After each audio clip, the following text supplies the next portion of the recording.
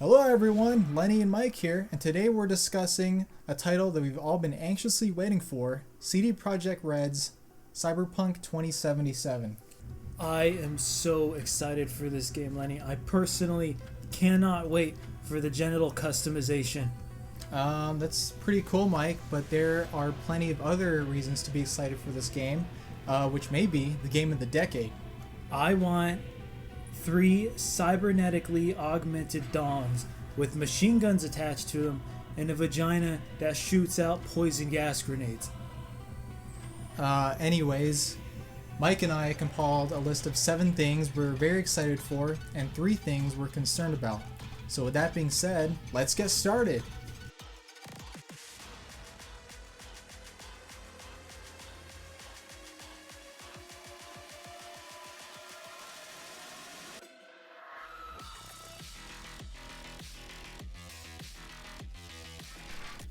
The first thing we're excited for, the world. Night City, voted worst place to live in America. A futuristic city set in a dystopian world plagued with food shortages, acid rain, and so many homeless people that soup kitchens are on as many street corners as Starbucks. The world is a great foreshadow of where our own civilization is headed, and an even greater setting for a role-playing game. Power-hungry corporations pretty much run the city and have strong grasps on the police department, who are as corrupt as their puppet masters. Crime fills the streets, and murder is a pretty common occurrence in people's day-to-day life. This is a world where you can purchase a firearm from a vending machine like a cold bottle of Mountain Dew. It's a mature setting, not for the faint of heart or the easily offended. A vision of a gun-worshipping, sex-obsessed, disgustingly dark place where ads all over the city are over-sexualized and violence is so common that people go about their business while someone is brutally beaten half to death. It sounds like heaven. The setting of Night City is beautiful and mysterious, from its dirty slums to its more lavish, richer districts, all the way to the explorable outskirts called the Badlands. There is no other open world setting that comes to mind. We are more than happy to spend several hundred hours in it. The second reason we're excited, the RPG elements. We love a great RPG, and CD Projekt Red had proven to us with The Witcher 3 that they know what they're doing. You take the role of V, a mercenary for hire who gets caught up in a situation where he or she possess a special MacGuffin that evil corporations all want for themselves. Other than that, the rest of the game is up for you to decide who you want V to be. You can customize V's appearance and equip them with weapons and augmentations however you see fit. Want a gun that automatically tracks the bullets to the target? Then you can. Or how about arm augmentations that have hidden blades to chop your foes into pieces? Then no problem. Or even enhance your eyes to see through people's clothing. The last one was a joke, but you can definitely enhance your eyes. And one super exciting part to the role-playing element is you can do a full pacifist run. Yes, you can beat the entire game without killing a single person. Don't want to fight a boss? Just talk your way out of it. Like a little bitch. No, Mike, like a smart bitch. How you play is up to you, and that's one of the stronger appealing things this game has to offer. Oh, and the customization is so deep, you can customize your own genitals. Did we mention that already? I cannot wait to wrap my hands around it. The third thing we're excited for, the characters. If The Witcher 3 has anything to go off of, then we can expect some pretty interesting and unique characters throughout our tour of Night City. From the footage that has already been presented to us, we've already seen quite the cast of characters. We've been introduced to Jackie, who is V's newly acquainted best friend. Dexter Deshawn, who is a fixer who seems as helpful as he is deadly. And this guy who seems pretty colorful himself. See, I know what people truly want. Every character has their own personality and agenda, but what sets the characters apart from other games is how alluring they are. They can seem like someone you want to know more about, or feel intimidated just from their look. I still get shivers when I see Adam Smasher walking past. A feature in the game that helps humanize the characters and the conversations is the game's dialogue system, which conveniently pops up as soon as you approach a character. No button press required, and you can walk away at any time. And to make conversations feel more dynamic, is you can pull out your weapon at any time in case you see some fools sneaking up on you. And let's not forget about the most interesting character in the game. A character with a charisma and star power that got us all excited when they announced their presence. Someone who really needs no introduction. Elon Musk's girlfriend, Grimes. JK LOL. We're talking about the man himself, Keanu Reeves. He'll be portraying Johnny Silverhand, a rocker boy who got his consciousness put into a chip after being assassinated by Adam Smasher.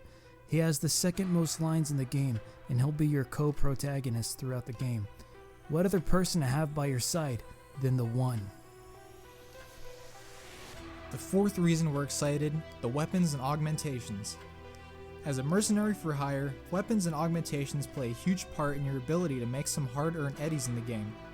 We've had a glimpse of some of the weaponry so far, and we can expect a huge variety of unique weapons and augs to tear up gang members.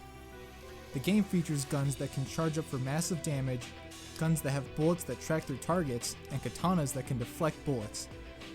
As for augmentations to enhance your body and mind, we've seen mantis blades that eject from your arms to slice foes, cybernetic legs that give you the ability to double jump, and yes, there are augmentations that enhance your junk for that special someone. Did we mention that already? And all weapons and augmentations can be enhanced with modifications to perfect it. For example, we've seen mantis blades that are electrified so you can add a little shock while lopping off an enemy's head.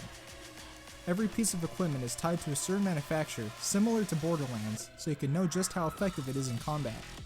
Budget arms are the weaker guns and can be bought straight out of a vending machine for dirt cheap, while manufacturers like Arasaka or Militech make some of the best weapons in the game.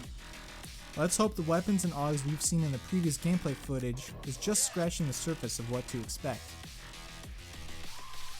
The fifth reason we're excited is for the story. Fans of the Witcher games know that CD Projekt Red can craft a very good story along with side quests that are like no other. The Bloody Baron storyline from Witcher 3 is very good proof of their skill. We can expect the same effort, if not more, in Cyberpunk 2077. What gets us really excited is what the world and lore of Cyberpunk can provide new ways and maybe even lesser boundaries in storytelling and provide unique situations we've never experienced in a game before. As previously stated, you play as a mercenary named V. You get to choose V's background from 3 different options: the street smart street kid, the corporate tool Corpo, or the Mad Max-like Nomad. Each life path will provide a different experience in regards to your dialogue choices and motivations. A strong part of any good RPG is a great story, and Cyberpunk 2077 definitely looks like it's coming in heavily armed. The first thing that we're concerned for is V as the main character. Now that we've spent the first 5 entries sucking this game's dick, let's talk about some of the things we're concerned about. As previously mentioned, a big part of a great RPG is a good story, and a part of a good story is a great main character. Since we are playing as V, we're concerned about how well V can keep us invested as a single protagonist. Will we be able to empathize with him and stay invested? Geralt from the Witcher series was a great protagonist in his own way, so we're hoping CD Red takes some cues from him while also making V unique in their own style. We're also concerned about having a voiced protagonist in a fully fledged RPG. From what we've experienced while playing Fallout 4, adding a fully voiced protagonist in a game that wants you to choose who you play as can really hinder your ability to properly roleplay. For example, no matter if you wanted to play as a solo tough guy, empathetic cyber ninja, or a piece of shit scumbag, you will always have the same voice and emotions representing that character. Let's hope the life paths provide a unique personality along with a unique background. The sixth reason we're excited is for the graphics.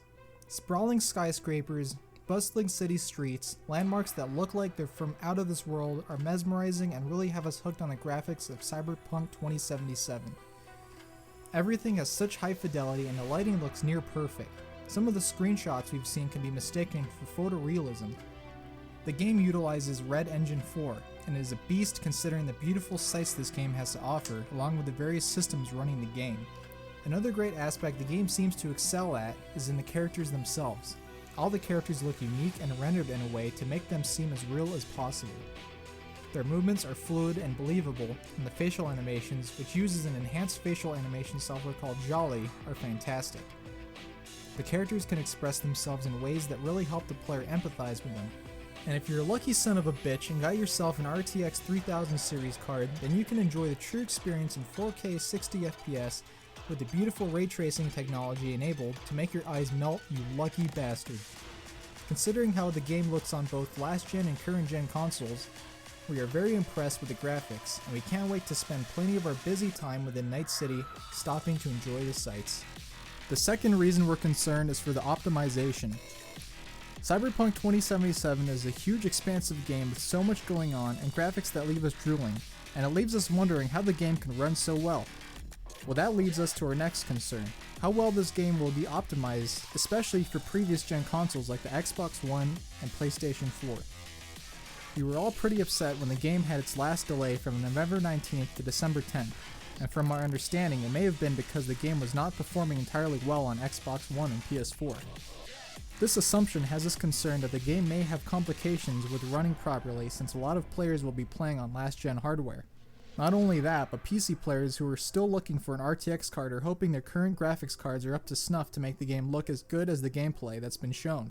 We know CD Projekt Red is currently working on a day one patch, so let's hope the delay was for good reason to ensure the game is running at its maximum potential so all can enjoy this next level gaming experience. The seventh thing we're excited for, genital customization.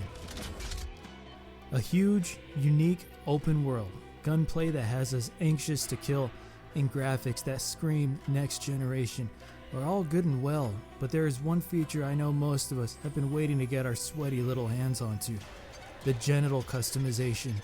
There is no other AAA title that comes to mind that allows such control in your character. While you can change your character's hair, eye color, and teeth, this game takes the next step and lets you choose how great or pathetic your junk is. Big dicks, little dicks, cyber dicks, it's all there. And if you wanted a lightning bolt for your pubic hair, go right ahead.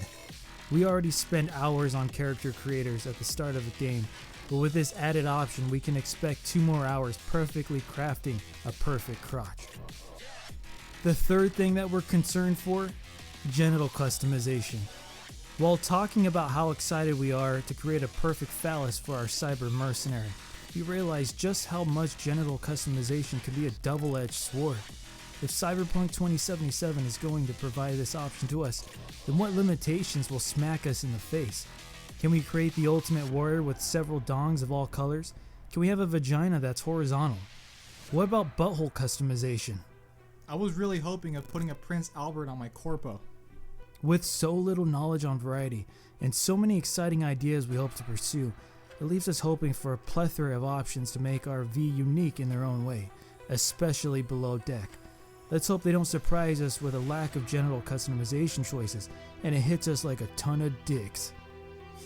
Mike, I cannot wait for this game. The December 10th release date is right around the corner and I am stoked. I know, Lenny, I have not been this excited for a release since Skyrim back in 2011. God, it's been so long ago. That was just around the time when I started my journey through alcohol abuse. That's right. Can you believe development of this game started around 2011 or 2012? It's been a long time coming. Holy shit, 9 years in the making? Yep. Let's hope it doesn't suck.